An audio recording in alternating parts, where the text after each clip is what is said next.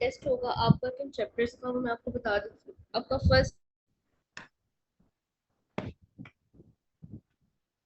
The first one is introduction to gender studies.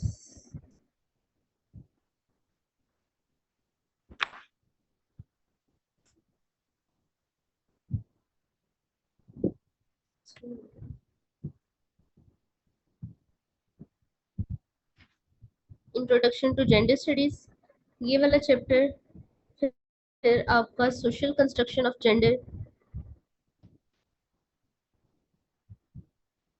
Social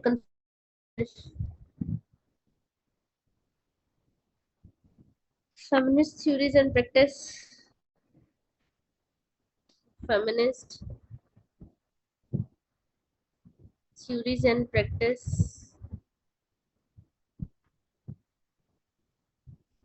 फिर है आपका feminist movements।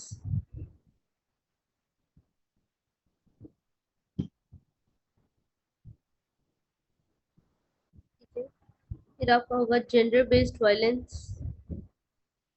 फिर 6 पे केस स्टडीज। ये 6 चैप्टर्स हैं जिनका आपका टेस्ट होगा नेक्स्ट सैटरडे।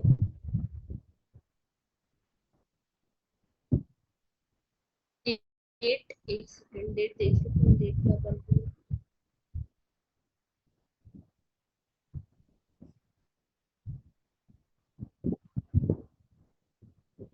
अच्छा प्लीज, अब आप लोगों ने मुझे अपने मसले नहीं सुनाने।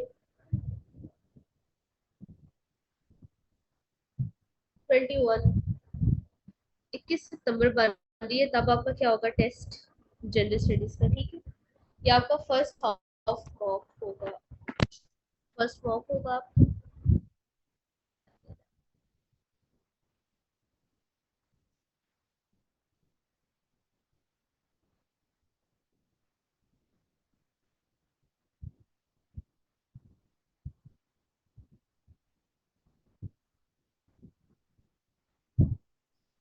ठीक है बच्चों,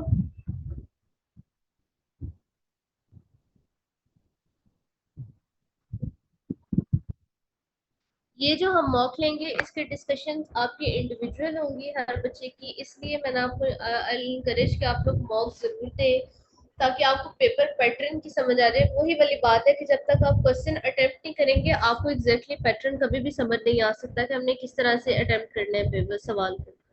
ठीक है, तो इसके बाद ना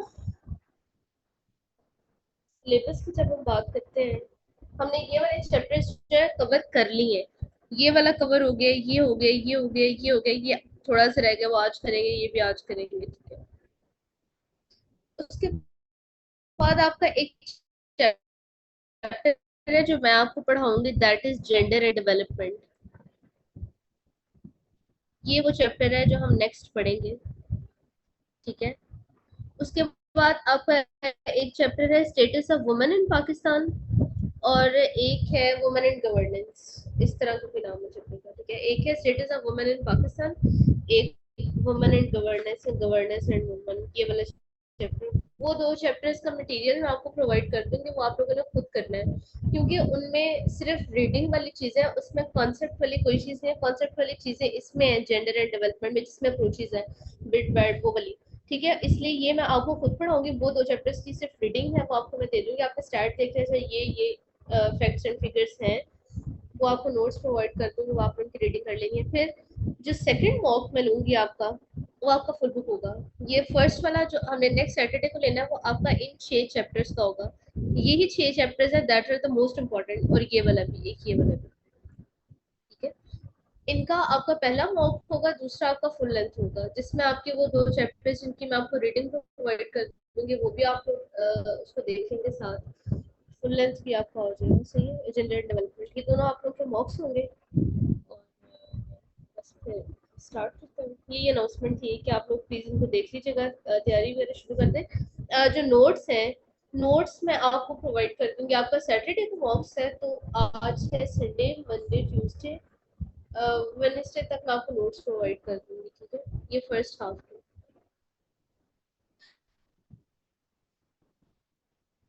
जी मुझे पता है अभी पढ़नी है, डोंट वरी।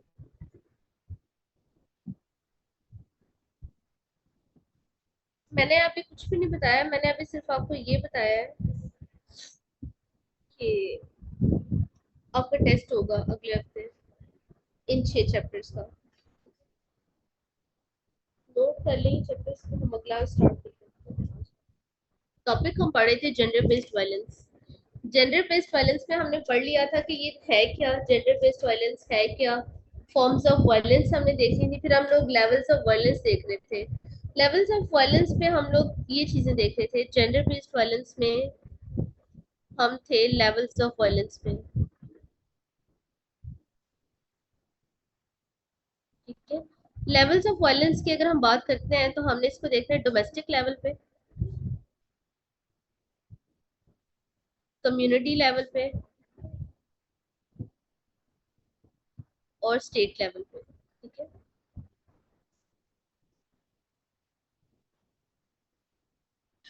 ये आपकी डायरेक्ट फॉर्म ऑफ वायलेंस है।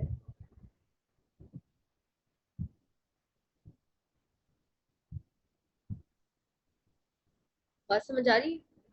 यही आपका ना सबसे लंबा है इसमें टॉपिक, डोमेस्टिक वायलेंस, जिसमें थेरीज और सारी चीजें आ जाती हैं। कम्युनिटी वायलेंस में हम केस स्टडीज देखेंगे और स्टेट वायलेंस में भी हम पढ़ेंगे इसको, लेकिन वो इतना लंबा टॉपिक नहीं है, आपका लंबा यही है। ठीक है, स्टार्ट करते हैं जी। करें स्टार्ट आप लोग।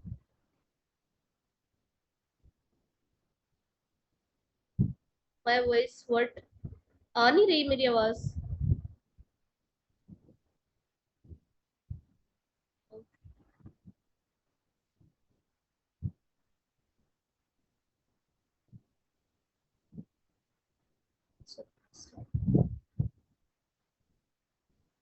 डोमेस्टिक वायलेंस हम लोग उस दिन देख रहे थे। डोमेस्टिक वायलेंस में जो हमने चीज देखी थी सबसे पहले, हम पढ़े एक सेकंड।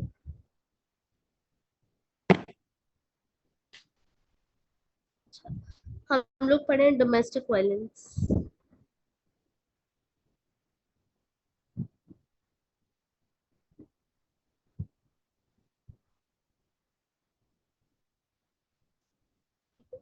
डोमेस्टिक वायलेंस में एक थ्योरी हमने पढ़ ली थी, that was cycle of intimate partner violence theory. अच्छा, आज के लेक्चर की रिकॉर्डिंग शायद आप लोगों को ना मिले, क्योंकि मुझे recording conversion and all things का कोई खास आइडिया नहीं है, और इसलिए आप लोग देखते जाइएगा और फिर इसकी रिकॉर्डिंग कोई ना मांगे, क्योंकि शायद ना मिल सके आप लोगों को। ठीक है,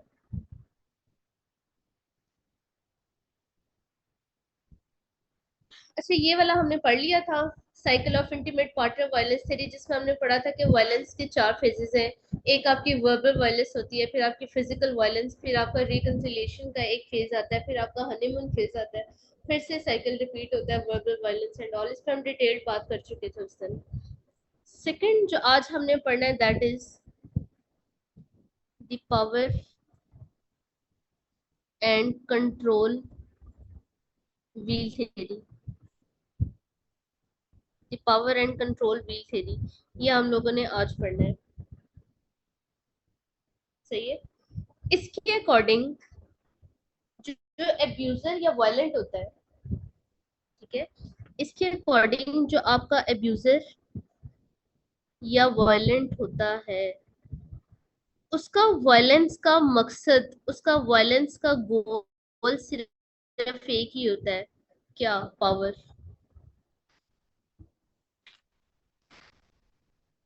सही है, अपने पार्टनर पे क्या एक्सर्ट करना? पावर। और क्या उस पे रखना? Control.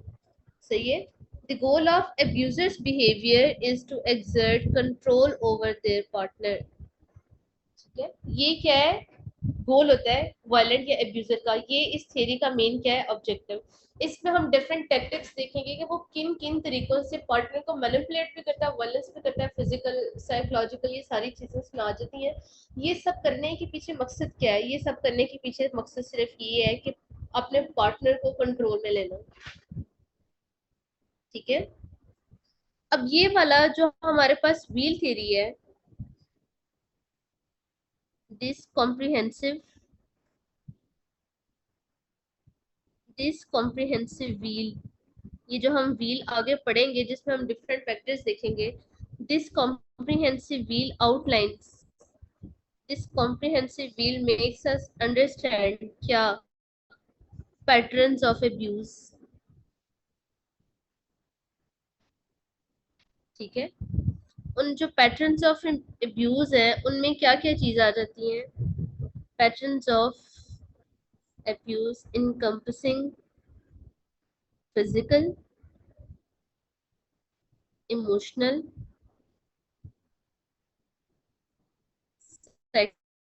Psychological,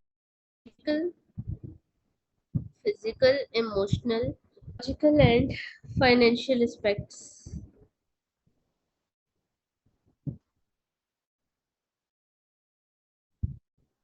Outlines patterns of abuse. Patterns of abuse में कौन कौन से पैटर्न्स हो सकते हैं, फिजिकल, इमोशनल, साइकोलॉजिकल, फाइनेंशियल, ठीक है, ये सारे हो सकते हैं। अब जो सोशल वर्कर्स है ना वो इस मॉडल को यूटिलाइज करते हैं, मतलब इन मॉडल्स में जो चीजें हम पढ़ेंगे आगे उनको एज ए साइन लेते हैं कि अगर किसी रिलेशनशिप में आपको ये वाले साइंस नजर आ रहे हैं तो आप एक तरह की डोमेस्टिक वायलेंस का शिकार है, ठीक है। और जेंडर बेस्ड वायलेंस वहां पे हो रही है, ये चीजें इंडिकेट करने के लिए हमने क्या बनाया है, ये व्हील। मतलब जो हम 8 इंडिकेटर्स या 8 फैक्टर्स पढ़ेंगे, all of them are the warning signs, ठीक है, ये वाली चीज देखनी है। इसकी इंपॉर्टेंस में लिख लें, सोशल वर्कर्स, किसकी इंपॉर्टेंस है ये, व्हील थ्योरी की, the power and control wheel theory की इंपॉर्टेंस में हम इसको देखें, social workers utilize the power and control wheel to assist, ठीक है, to assist victims in recognizing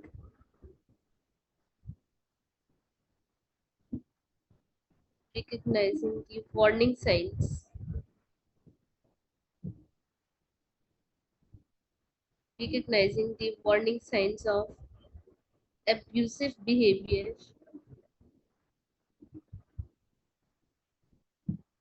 in their own relations,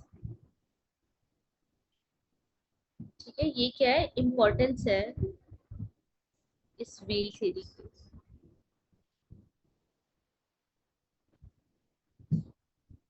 ये चीज नोट कर लो, ये क्या है, इस व्हील थ्योरी की इम्पोर्टेंस है। गोल इसमें हमेशा एक ही होगा, to get control over partner, tactics tools different होते हैं, ठीक है, वो टूल्स हम पढ़ेंगे इसमें। हमने जब व्हील की बात करनी है, ये जो हम पावर एंड कंट्रोल व्हील की बात कर रहे हैं, अब हमने देखना है कि ये पावर एंड कंट्रोल व्हील जो है ये किन किन चीजों से मिलके बना है, पावर एंड कंट्रोल व्हील, ठीक है।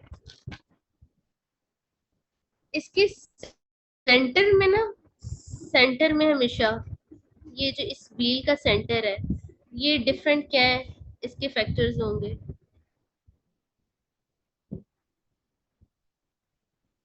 ठीक है। इस व्हील का ये जो सेंटर है, सेंटर का मतलब है जो मकसद है वो हमेशा क्या होगा, पावर एंड कंट्रोल, ये याद रखना है और इसको मेंशन भी करना है, ठीक है। वो क्या होगा, पावर एंड कंट्रोल। और यहाँ पे हम उन 8 टैक्टिक्स की बात करेंगे जिसके जरिए एक पार्टनर दूसरे पार्टनर के ऊपर डोमिनेंस या कंट्रोल चाह रहा होता है, ठीक है, उनको प्रैक्टिस करता है, सही है। अल्टीमेट गोल क्या है, हमेशा सिर्फ पावर एंड कंट्रोल, सही है। अब यहाँ पे हम क्या देखते हैं, जब हम पावर एंड व्हील थ्योरी देखेंगे ना, उसमें हम एक चीज देखते हैं कि जो ज्यादातर आदमी होते हैं वो डायरेक्ट ये बात कभी भी नहीं कहते। हमेशा जब रिलेशंस की बात करते हैं, मर्द हमेशा डोमिनेंट होना चाहता है, कंट्रोल रखना चाहता है, कंट्रोलिंग औरतें कम होती है, ठीक है। मर्द क्या होता है, ज्यादा पावर और कंट्रोल चाह रहा होता है।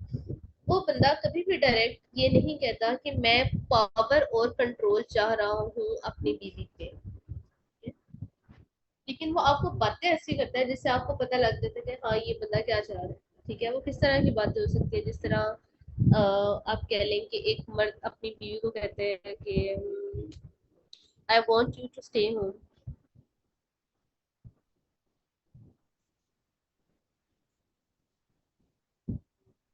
ठीक है, I want you to get the kids, I want you to get the kids in bed, I want you, I want you to discipline the kids in correct way. बात समझ आई? I want you to stay home, क्या मतलब है इसका? कि ना वो बाहर जाए, ना वो बाहर जाके कमाए। ठीक है, फाइनेंशियल रिसोर्सेस सिर्फ किसके हाथ में हो, सिर्फ कौन हो इसका रिस्पॉन्सिबल आदमी। वही जेंडर रोल्स, मैंने आपको पहले चैप्टर में कहा था कि जो जेंडर रोल्स है उनको आपने किसी भी चैप्टर में नहीं भूलना। ठीक है, वही वाली बात है जो हम शुरू से पढ़ते आ रहे हैं। सही है, मैं कमा के लाऊंगा, मेरा होल्ड होगा, क्यों? क्योंकि ये बाकी जितने भी मेंबर्स होंगे ये फिर मेरे पे क्या करेंगे, डिपेंडेंट होंगे। बात समझ आ रही है?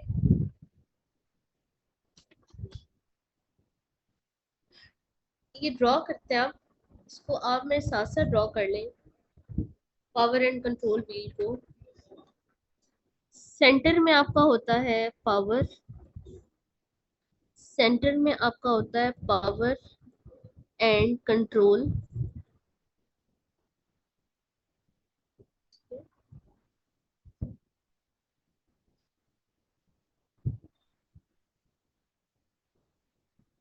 यहाँ पे ये जो सारा है,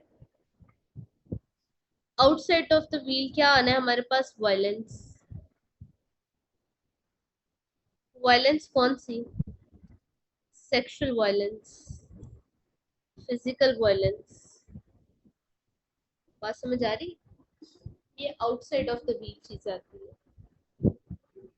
ये वाली दो वो चीजें हैं कि जो अंदर हम 8 फैक्टर्स पढ़ेंगे, 8 टैक्टिक्स पढ़ेंगे, ये सारी इनके साथ ओवरलैप कर सकती है, ये कॉमन है। इनको आपको अलग अलग मेंशन करने की हर एक के साथ जरूरत नहीं है। ठीक है, अगर आपको कोई फाइनेंशियली वायलेट कर रहा है, कोई पावर एक्सर्ट करने की कोशिश कर रहा है, तो सेक्सुअल और फिजिकल वायलेंस जो है वो कॉमन होगी, ओवरलैप करती है हर एक के साथ। यहाँ पे मैं लिखवा देती हूँ, यहाँ पे ना अंदर 8 फैक्टर्स आते हैं, मैं आपको नीचे लिखवा देती हूँ। ये ऐसे ऐसे आपने बनाना है, इंटरनेट पे ये पिक्चर पड़ी हुई है वैसे। ठीक है, इसमें आपने 8 फैक्टर्स ड्रॉ करने हैं, वो हम यहाँ पे लिख लेते हैं। इधर लिख लें, इधर लिख लें, इधर इधर इधर इधर इधर इधर, ये सारा आपने बनाना है। ठीक है, 8 फैक्टर्स या 8 टैक्टिक्स जो है वो हम लिख देते हैं to exert control over partner. वो 8 फैक्टर्स में पहला क्या है? अच्छा, ये कोई फिक्स नहीं है, आप इनके पोजीशंस चेंज कर सकते हैं। ठीक है, using intimidation.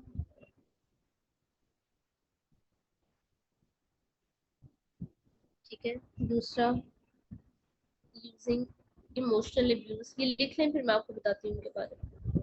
Using emotional abuse. तीसरा यूजिंग आइसोलेशन। फिर याद रखना है ये हम क्या पढ़े, ये हम वो टेक्निक्स पढ़े जिनके जरिए एक पार्टनर दूसरे पार्टनर के ऊपर क्या चाह रहा होता है? कंट्रोल। सही है,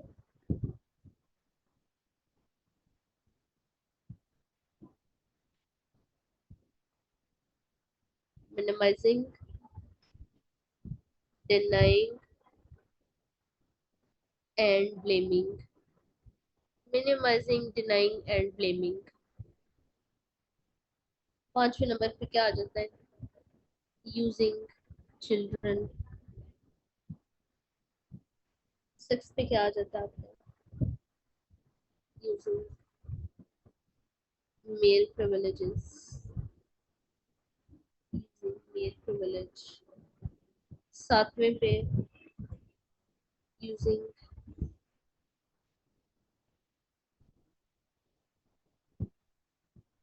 क्वेश्चन एंड थ्रेट्स, आठवें पे यूजिंग इकोनॉमिक अब्यूज। नोट कर लेंगे, ये 8 वो टेक्टिक्स हैं। सेक्सुअल अब्यूज और फिजिकल अब्यूज वो तो ओवरलैप करते हैं ना इन सब के साथ, इसलिए हमने उनको आउटसाइड ऑफ द व्हील लिखा है। ये वाले वो 8 फैक्टर्स हैं, ये वाले वो 8 टेक्टिक्स हैं जिनके जरिए पार्टनर कंट्रोल चाहता है। ये लिख लें।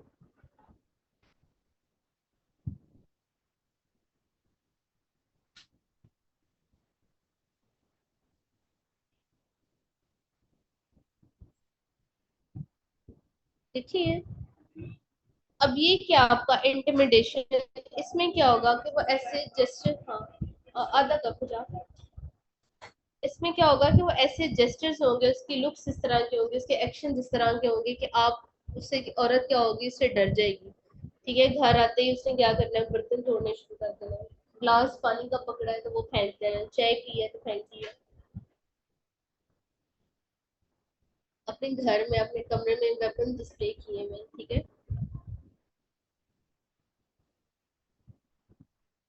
अब जो आपका इमोशनल अब्यूज है, इसमें ये वाली चीजें आ जाती है। इमोशनल अब्यूज में कौन सी चीजें आ जाती है कि उसको अपनी बातों से औरत को ये रियलाइज कराना कि वो कमतर है, वो कुछ नहीं जानती, उसको किसी चीज का नॉलेज नहीं है, ठीक है। ये वाली चीजें रियलाइज कराना कि वो खूबसूरत नहीं है, दुनिया उससे अच्छी है। एक ड्रामा लगता था, ये खत्म हुआ शिद्दत जियो पे।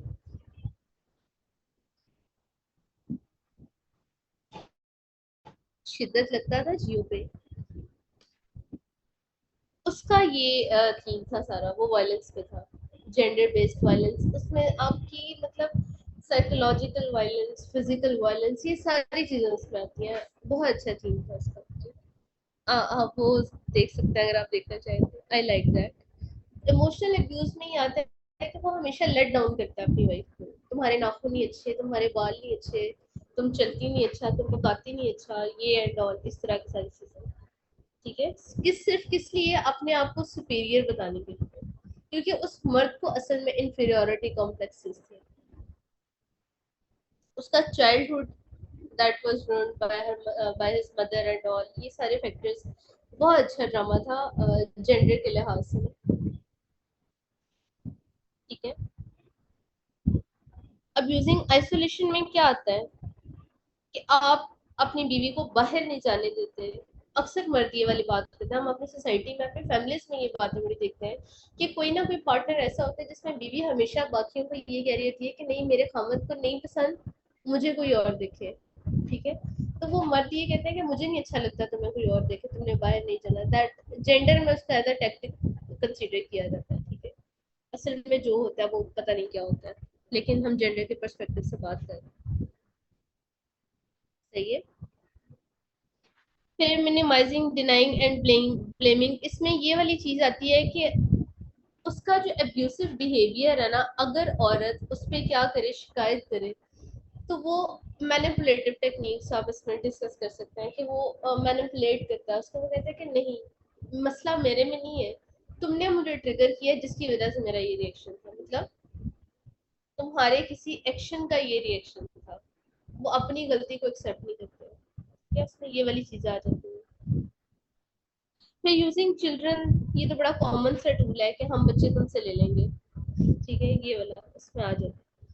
फिर यूजिंग मेल प्रिविलेज, इसमें हम वो पावर वाला एलिमेंट डिस्कस करेंगे जिसमें डोमिनेंट, सबमिसिव, सबऑर्डिनेट और मास्टर, मास्टर स्लेव, इस तरह की चीजें हमने डिस्कस की, तो वही वाले आ जाएगा कि male is always dominant, male is always master.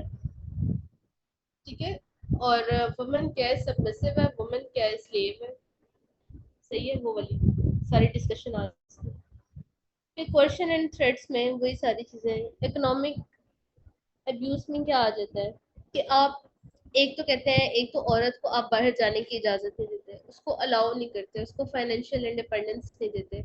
वही वाली बात कि आप औरत को एज अ फाइनेंशियल, औरत को एज एन इंडिविजुअल ट्रीट नहीं करते हैं। ठीक है, जो हम जेंडर रोल्स में डिटेल बात कर चुके हैं, इंडिविजुअल पे वो जो हमारी लिबरल फेमिनिस्ट है, उस थ्योरी में हम ये वाली बात कर चुके हैं लिबरल फेमिनिज्म में, कि आप औरत को एज एन इंडिविजुअल ट्रीट करें, अगर उसकी ज़रूरतें हैं तो उसका राइट है कि वो फिर अपनी ज़रूरतों के लिए जाके कमा सके।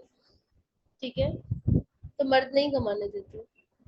फिर अक्सर हमारी सोसाइटी में आप देखें, घरों में ये वाली बात होती है, औरतों को नहीं पता होता कि उनके घर में पैसा कहाँ से आ रहा है, कितना आ रहा है, मतलब इनकम के जो रिसोर्सेज हैं वो उन्हें नहीं पता होते मोस्ट ऑफ द टाइम।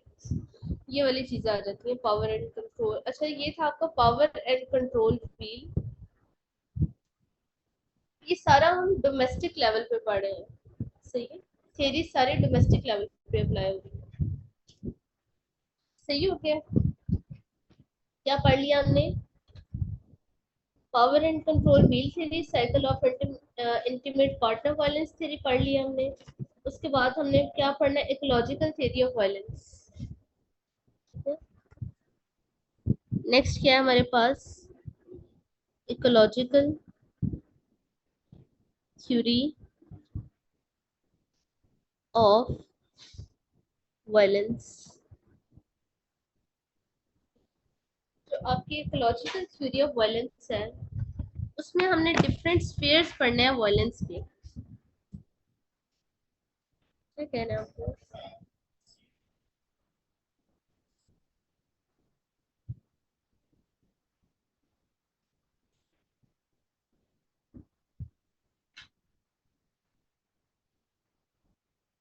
नहीं, हम कोट नहीं कर सकते ड्रामा में। डिफरेंट पर्सपेक्टिव्स है, मेरा मानना है कि आपको कोट नहीं करनी चाहिए कोई भी। ये तो मैंने आपको वैसे समझाने के लिए किया, ये सारी डोमेस्टिक लेवल पे ही हम पढ़े हैं, मैंने आपको क्लियर किया है।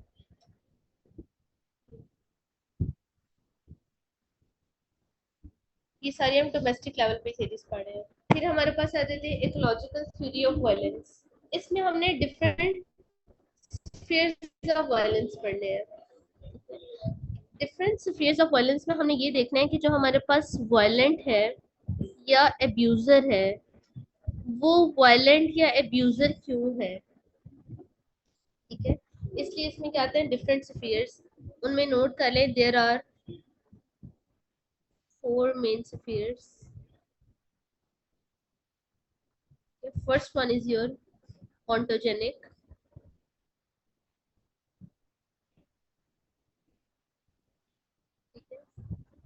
Second one is your microsphere. Third one is your exosphere. And fourth one is your macrosphere. ये नोट करें। इकोलॉजिकल थ्योरी ऑफ वायलेंस में हम लोगों ने पढ़ना है कि 4 स्फीयर्स हैं। ठीक है, असल में हमने ये देखना है, इसका मकसद ये है कि अगर एक इंसान वायलेंट है या एब्यूजर है, एक पार्टनर वायलेंट है या एब्यूजर है, तो वो क्यों वायलेंट या एब्यूजर है, ये वाली चीज हमने इसको देखनी है। उसके 4 स्फीयर्स है: ऑन्टोजेनिक स्फीयर, माइक्रोस्फीयर, एक्सोस्फीयर और मैक्रोस्फीयर। इनकी तरतीब यही रखनी है। सबसे पहले क्या होगा आपका? ऑन्टोजेनिक, फिर क्या होगा आपका? माइक्रो, फिर होगा एक्सो, फिर होगा मैक्रो। यानी ये वाला आपका क्या है? ऑन्टोजेनिक। ये है आपका ऑन्टोजेनिक, ये है आपका माइक्रो, ठीक है, ये है आपका एक्सो, ये है आपका मैक्रो। सही है। अब हमने देखना है ऑन्टोजेनिक स्फीयर में क्या आता है।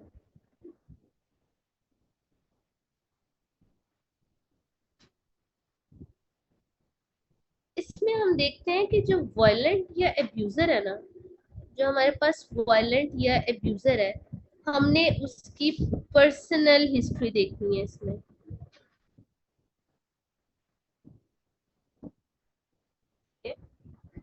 वही वाला ड्रामा, ड्रामा मेरे जहन में बार बार आ रहा है क्योंकि वो बड़ा रिलेट कर रहे इससे। उसमें मेन कैरेक्टर है सुल्तान, आप लोगों ने जिन्होंने देखा होगा।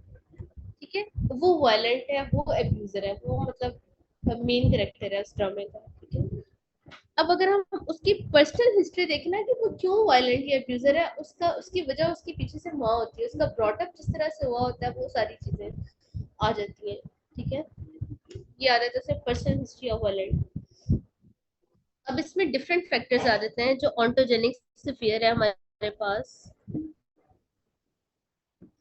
इसमें हम जो वायलेंट या एब्यूजर होता है उसकी हिस्ट्री को किस तरह से देखते हैं। डिफरेंट फैक्टर्स उसमें क्या आ जाते हैं, विटनेसिंग, वो जो वायलेंट या एब्यूजर होता है, witnessing marital violence as a child, पहली बात। दूसरा, बीइंग, ये था, ये वाला करेक्टर, ठीक है, और ये वाला भी, ये वाला फैक्टर भी आता है, बीइंग एब्यूज्ड ड्यूरिंग चाइल्डहुड। अच्छा, मीटिंग एंड होने के बाद अगर थोड़ा टाइम लगे लिंक को, तो link being abused during childhood, absent or rejecting father, उसकी पर्सनल हिस्ट्री में ये वाले फैक्टर्स होंगे जो कंट्रीब्यूट कर रहे होंगे उसको वायलेंट बनाने में, उसको एब्यूजर बनाने में। सही है, ठीक है। अब जो विटनेसिंग, नोट कर लें इसको, मीटिंग एंड होने वाली है। एक्सेप्शंस आर ऑलवेज देयर, ठीक है। हम बात करते हैं मेजोरिटी की, तो मेजोरिटी में देखते हैं वो बच्चा हमेशा क्या होता है, स्पॉइल्ड, वो रिस्पॉन्सिबिलिटी नहीं लेता एक फैमिली की, एक बेबी की। ठीक है, समझ आ रही है बात। ये वाली चीज आ जाती है एब्सेंट और rejecting father, that was all about your ontogenic sphere. ठीक है, ऑन्टोजेनिक स्फीयर में ये वाली तीन चीजें आ जाती है। Next is your microsphere. Ontogenic sphere में हमने देखा है कि उस वायलेंट या एब्यूजर की हिस्ट्री, पर्सनल हिस्ट्री, ठीक है। जो आपका माइक्रोस्फीयर है,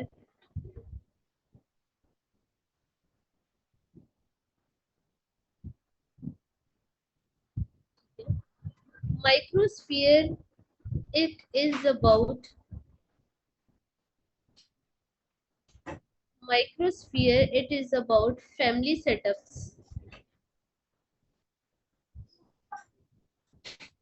of violent या abuser।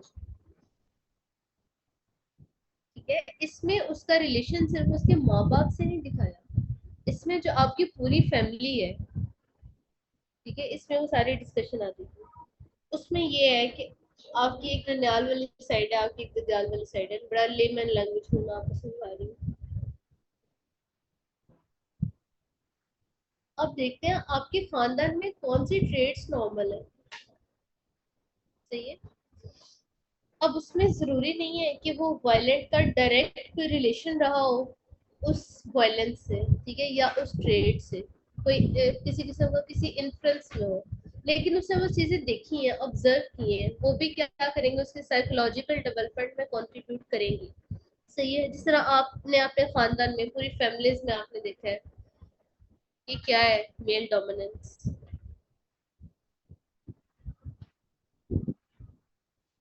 सही है, फिर आपने देखना है कि जो वेल्थ है, वेल्थ के ऊपर कंट्रोल किसका है, मेल का। तीसरी चीज, यूज ऑफ अल्कोहल, मतलब जरूरी नहीं है कि वायलेंट डायरेक्ट इन्फ्लुएंस में रहा हो इस सब की, अगर उसने ये सारी चीजें ऑब्जर्व भी की हैं तो वो भी उसकी साइकोलॉजिकल डेवलपमेंट में इम्पोर्टेंट रोल प्ले करेंगी।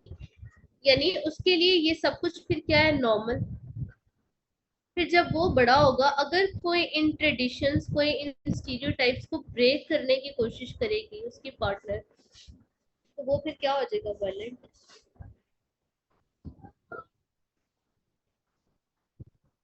सही है, चौथी चीज आपकी है, तीसरी चीज आपकी आती है एक्सोस्फियर। एक्सोस्फियर में हम ये देखते हैं कि जो वायलेंट है उसकी पर्सनल हिस्ट्री में थोड़ी की चीजें हैं।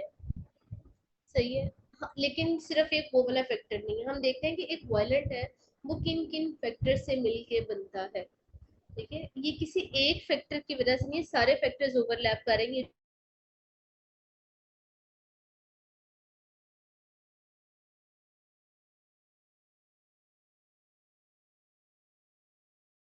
Recording stopped.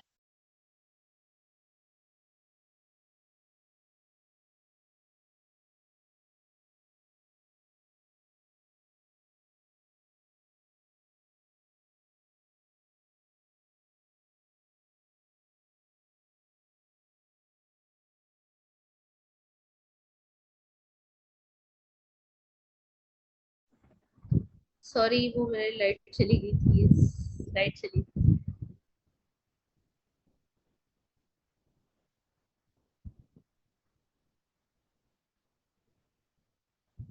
जी आ गई है लाइट, टेंशन ना ले। तो बच्चे परेशान बड़ी जल्दी हो जाते हैं।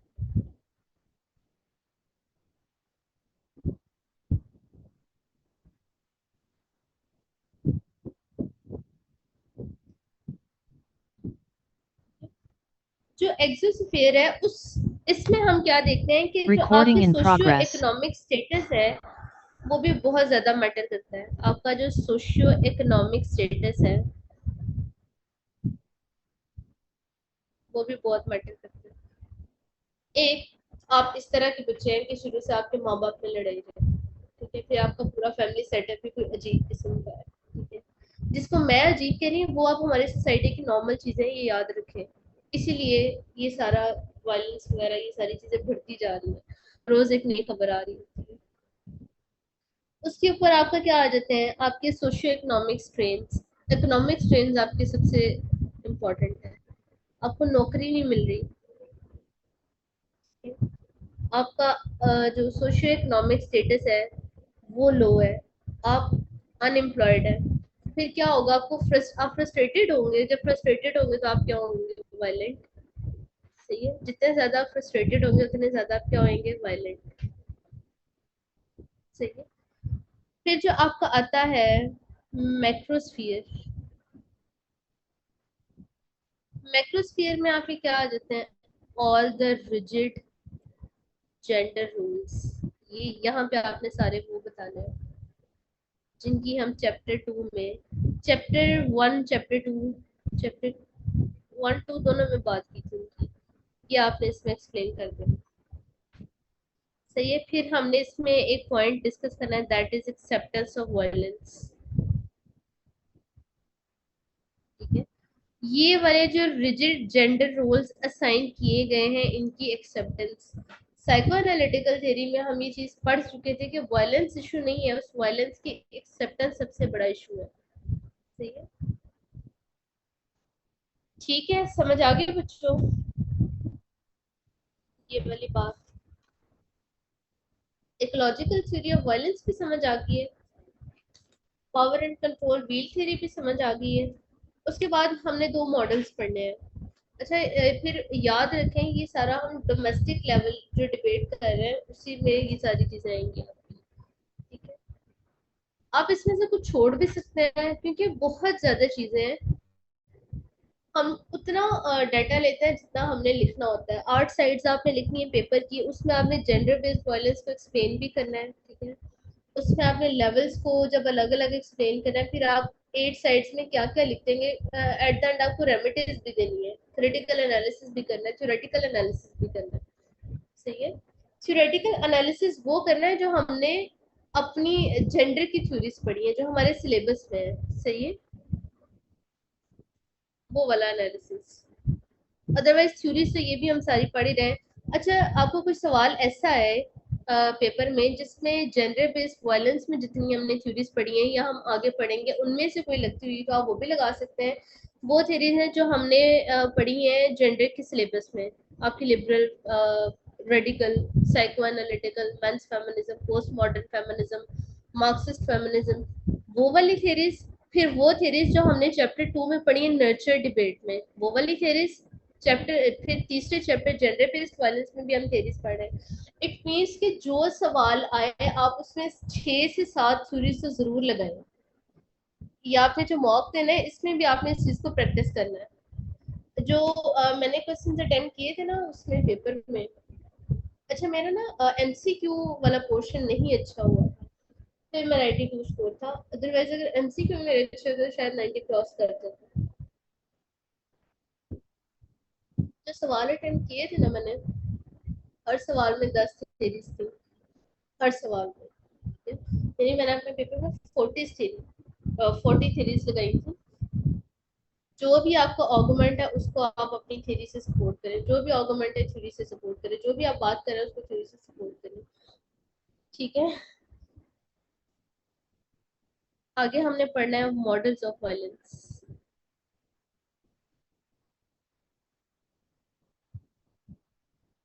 मॉडल्स ऑफ वायलेंस, इसमें हमने दो मॉडल्स पढ़ने हैं। First one is psychiatric model of violence. Psychiatric model of violence, फिर उसके बाद हमने पढ़ना है socio psychological model of violence. Socio psychological model of violence. First one is your, ये लिख लें इनके नाम। First one is your psychiatric model of violence.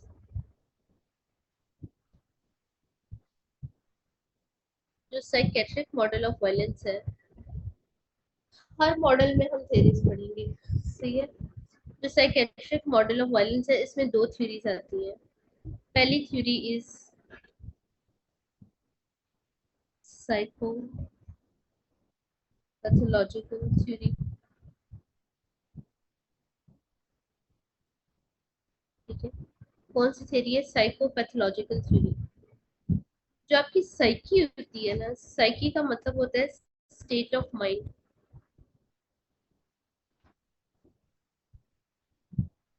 और जो साइकेट्रिक, वो उसका मतलब होता है आपकी मेंटल इलनेस। तो जो आपकी साइकोपैथोलॉजिकल थ्योरी है उसमें हम ये देखते हैं वायलेंस इज ड्यू टू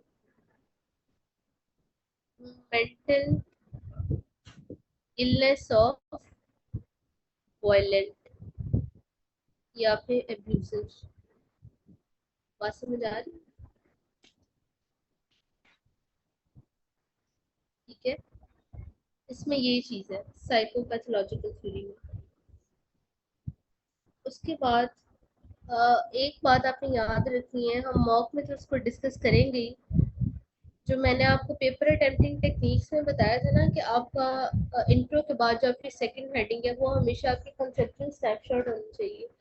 अब कंसेप्चुअल स्नैपशॉट में आपने एक पूरा स्केलेटन ड्रॉ करना होता है जो आप आगे लिखने जा रहे हैं। अगर आपको इस तरह का कुछ सवाल आता है जेंडर बेस्ड वायलेंस पे, आपने साइकेट्रिक मॉडल ऑफ वायलेंस में नीचे एक ये थ्योरी का नाम लिख देना और एक वो जो हम पढ़ेंगे, इस तरह से। मतलब आपने चीजें एक्सप्लेन नहीं करनी, सिर्फ नाम लिखना है, वहां पे कुछ भी एक्सप्लेन करने नहीं बैठना। उससे एग्जामिनर को ये पता लगेगा कि हाँ आपने आगे इसको लिखा है, और जो आपने वहां पे ड्रॉ किया उसको आगे लिखना जरूरी है। तो एक तरह की आपकी आउटलाइन बन जाती है, आपके पास एक पूरा मैप आ जाता है, फिर आप स्पीडली अपना काम करते रहते हैं। पहली है साइकोपैथोलॉजिकल थ्योरी, दूसरी है दी substance abuse theory.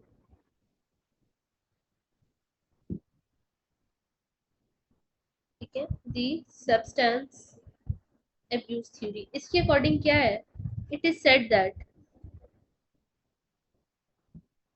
It is said that the substances, आपकी ड्रग्स, अल्कोहल, ये वाली जो चीजें आपकी, ये वाले जो सब्सटेंसेस हैं, दे does not cause violence.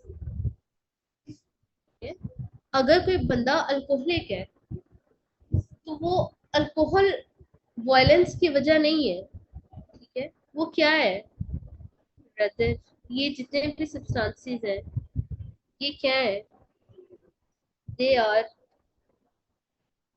used as an excuse for violent act। बात समझ आ रही?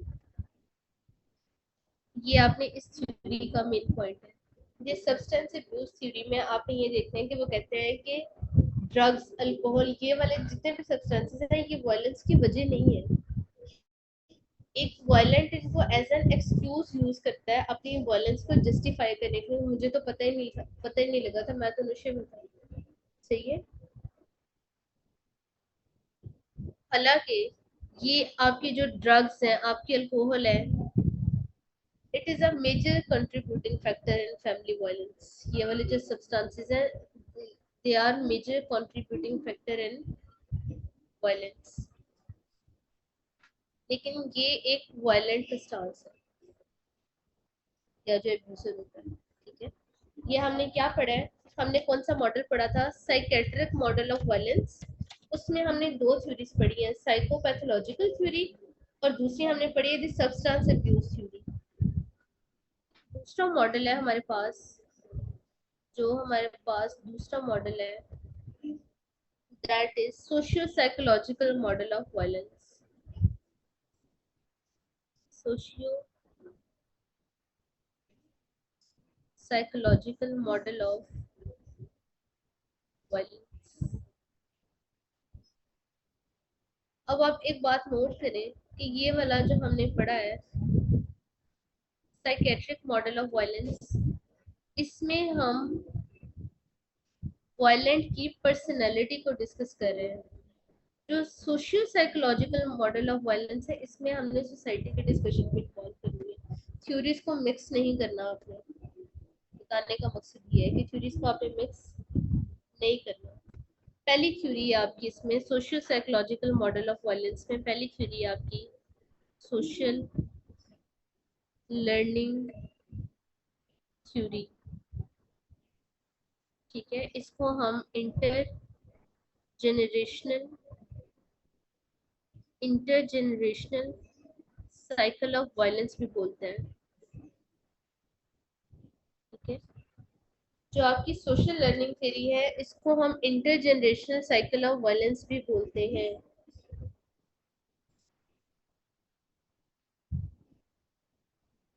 सही है। एक मिनट,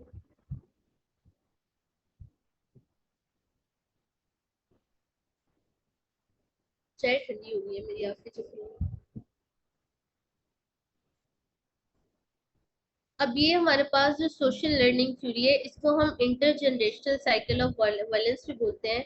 इस थ्योरी के अकॉर्डिंग क्या है कि जो वायलेंस है, इसमें हम पहले भी खैर बात कर चुके हैं, violence is not violence is not an inherent property. ठीक है। हम क्या करते हैं, हम इसको सोसाइटी से लर्न करते हैं। Violence is not an inherent property but we learn it from society.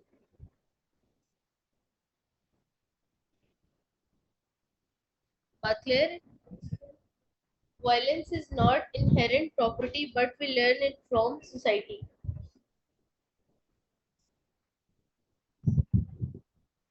Social learning theory chapter 2 में हम डिस्कस कर चुके हैं, जिसमें हमने दो चीजें देखी थी। सोसाइटी से हम कैसे सीखते हैं, एक तो हम मॉडलिंग से और एक रीइंफोर्समेंट के मैकेनिज्म से। एक मॉडलिंग का मैकेनिज्म था और एक रीइंफोर्समेंट का। जो मॉडलिंग का मैकेनिज्म क्या है, इसमें हम किसी को भी रोल मॉडल बना लेते हैं, फिर उसकी पर्सनैलिटी जैसी हो कि हमें कोई करेक्टर अच्छा लग जाता है, हम फॉलो करते हैं चीजों। ठीक है। रीइंफोर्समेंट में रिवॉर्ड एंड पनिशमेंट वाला आइडिया, इसको मैंने ऊपर ऊपर से इसलिए बता दिया क्योंकि ये हम डिटेल पढ़ चुके हैं इसको, रीइंफोर्समेंट मैकेनिज्म को भी और मॉडलिंग को भी। ठीक है। अगली है सोशल लर्निंग थ्योरी होगी। अगली है हमारे पास marital power power theory. Marital power theory. जो आपकी मैरिटल पावर थ्योरी है, ये मियाँ बीवी की डिस्कशन है। सही है। according to this theory, according to this, those who lack power, marital power theory है ना, according to this theory, those who lack power will be more likely to use violence against their partners. अब यहाँ पे हमने देखना है कि power जो हम बात कर रहे हैं, की वर्ड इसका क्या है, पावर। अब इस पावर की हमने देखने तीन कॉन्सेप्ट्स आते हैं इसमें। एक तो आपका आता है पावर बेसिस, फिर आपके पास आता है power process, power basis, power processes, power outcome.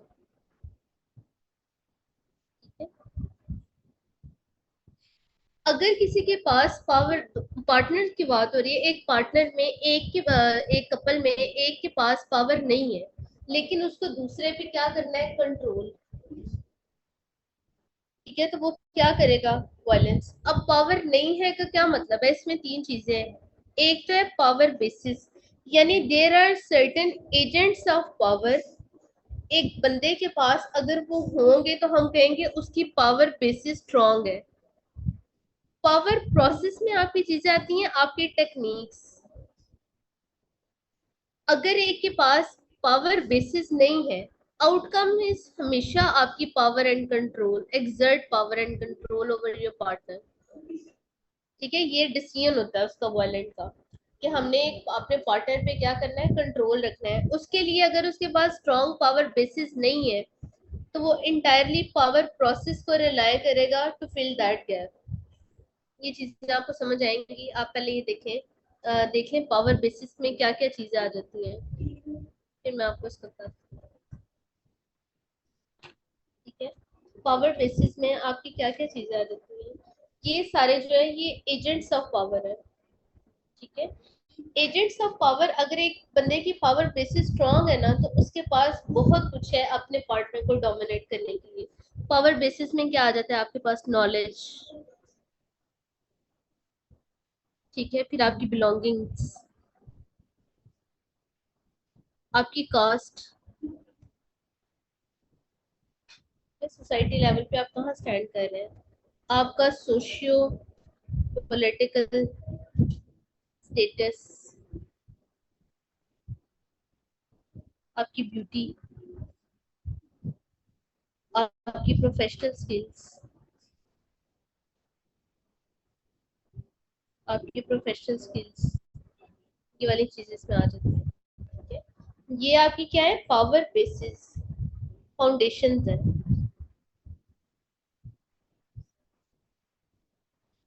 जब मर्द की ये वाली चीजें स्ट्रांग नहीं होती, ये वाले एरिया स्ट्रांग नहीं होते, ठीक है, फिर उसको कंट्रोल करने के लिए, मतलब औरतें इंप्रेस होती हैं नॉलेज से, उसके पास नहीं है। औरतें इंप्रेस होती हैं बिलोंगिंग से, उसके पास नहीं है।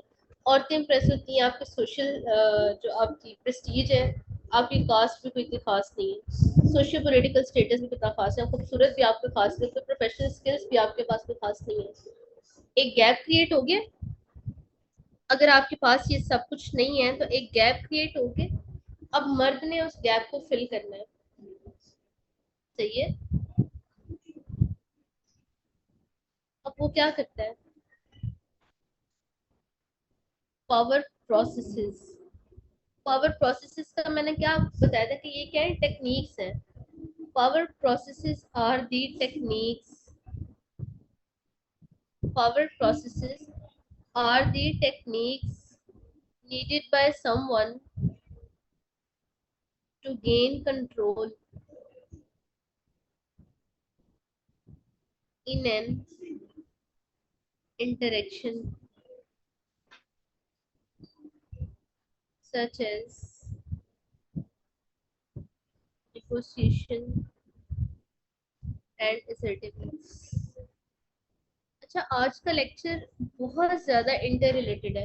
हर थेरी दूसरी थेरी से, हर थेरी दूसरी थेरी से। बहुत मजे का है, बहुत आसान है, इन चीजों को आपने साथ साथ देख लेना प्लीज। जब ये वाला गैप क्रिएट हो गया है, बंदे के पास ये वाली चीजें नहीं है, ये वाले फैक्टर्स मिसिंग है, गैप क्रिएट हो गया, उसको उसको अब पावर एक्सर्ट करने के लिए सर्टेन टेक्निक्स यूज करनी पड़ेगी, मैनिपुलेटिव टेक्निक्स। ठीक है, फिर पावर आउटकम्स में वही वाली चीजें, आप वायलेंस, आप डिसीजन मेकिंग कर लेते हैं कि मैंने वो वायलेंस के टूल को यूज करना है to get control over partner. Conclusion में ना ये वाली चीज लिख लें, कंक्लूजन में ये वाला पॉइंट लिख लें आप। कलर चेंज करते हैं। कंक्लूजन में इन इंटीमेट पार्टनर्स, ये इसको चाहे आप एज इट इज लिख लीजिएगा।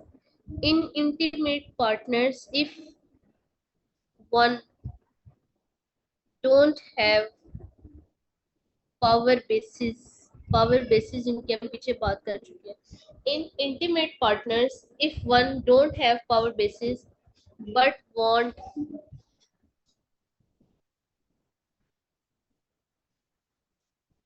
ठीक है, बट वांट पावर, वो क्या करेगा?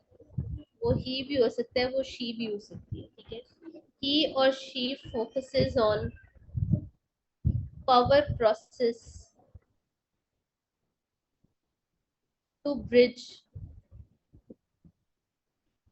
The power gap, to bridge the power gap. सही है, बात समझ आ रही है?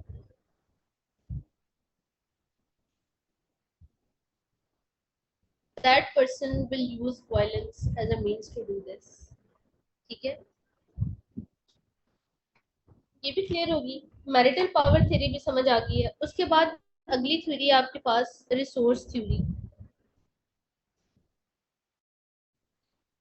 ये सारे सोशियो साइकोलॉजिकल मॉडल में हम ये वाली चीजें पढ़ रहे हैं।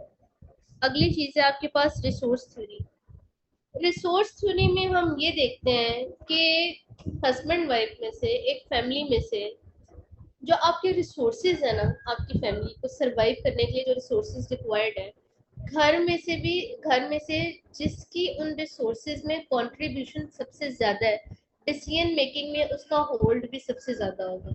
बात क्लियर होगी है कि वो वाले रिसोर्सेज जो रिक्वायर्ड है किसके लिए? सर्वाइवल के लिए। ठीक है, उन रिसोर्सेज को घर तक लाने के लिए जिसकी कंट्रीब्यूशन सबसे ज्यादा होगी। हमारी फैमिलीज में ज्यादा कौन होता है? हमारे वालिद और हमारे भाई। ठीक है, इसलिए डिसीजन मेकिंग भी ज्यादा उनके हाथ में होती है। बात से रोल समझ आ गई है? ये है रिसोर्स थ्योरी कि हमें जो रिसोर्सेज चाहिए सर्वाइवल के लिए, उन रिसोर्सेज में कंट्रीब्यूशन जिनकी